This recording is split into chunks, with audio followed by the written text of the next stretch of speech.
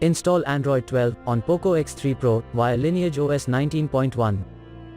Please check the description for important notes and all the download links. First, download ROM and GApps packages, then transfer the downloaded files to the phone storage. Link is in the description below. Step 2. Boot your device into Twrp recovery.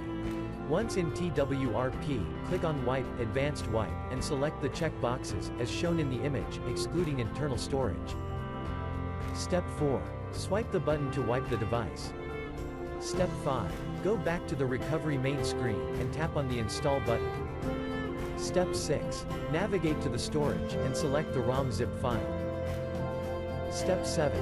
Finally, swipe the button on the screen, to install ROM file. Step 8. Flash the GApps zip package, in the same manner. Step 9. After GApps flashing completes, select Wipe Cache and Dalvik from bottom left side of screen, and swipe to wipe. Step 10.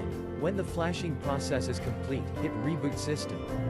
That's it, you have successfully installed the ROM on your device.